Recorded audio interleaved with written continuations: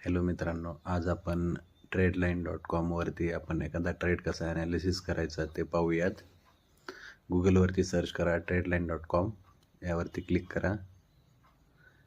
त्यानंतर आपण पाहू शकता त्याच्यामध्ये तुम्हाला त्यांचा सबस्क्रिप्शन प्लॅन आहे. Alerts, future and options, mutual funds, research reports आणि स्क्रीनर्स आहे, सुपरस्टार पोर्टफोलिओज आहेत, वॉच लिस्ट आहेत. याच्याबद्दल आपण एक पाहूया. सगळ्यात पहिले आपण एक स्टॉक सर्च करूया, BSE Bombay stock exchange.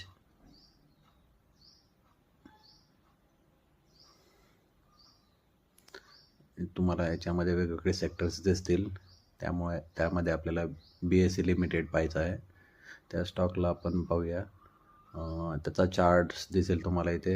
Durability score खूप चांगला आहे, व्हॅल्युएशन स्कोअर चांगला आहे, मोमेंटम पण चांगलं दिसत आहे. व्हॅल्युएशन स्कोअर थोडा कमी दिसत आहे सध्याच्या ह्याच्यामुळे. त्यानंतर त्याचं मार्केट कॅपिटलायझेशन दिसेल तुम्हाला खालती. त्याच्यानंतर त्याची स्टॉक प्राईस ॲनालिसिस पाहू शकता तुम्ही. नंतर त्याचा चार्ट सध्या अपडाऊन मुवमेंट दिसत आहे. सध्या थोडंसं लॉंग टर्मसाठी चांगला आहे स्टॉक हा. त्यानंतर त्याचे रिटर्न्स वगैरे दिसतील तुम्हाला. Average estimate 3 times in past 3 years दिसत आहे.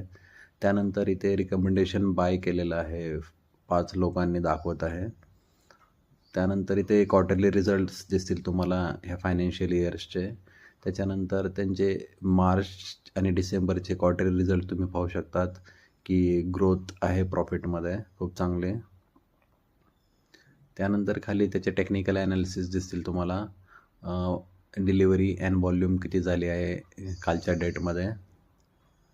त्यानंतर खाली रेजिस्टन्स आहेत, फर्स्ट रेजिस्टन्स, सेकंड रेजिस्टन्स आणि त्याला सपोर्ट्स कुठे आहेत ते पण दिसतील तुम्हाला.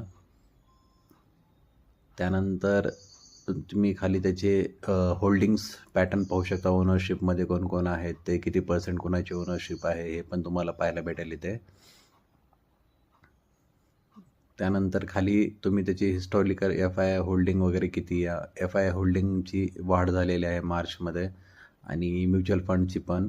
त्याच्यानंतर बल्क ब्लॉक डील्स असतात त्याचं सेलिंग आणि बाईंगचा डाटा तुम्हाला इथे भेटेल की त्याच्यामध्ये काय काय चेंजेस झालेत आणि फ्युचरमध्ये काय आहेत ते पण दिसतील.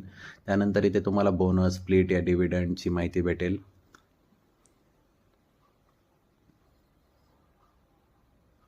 डिव्हिडंड पाहू शकता तुम्ही.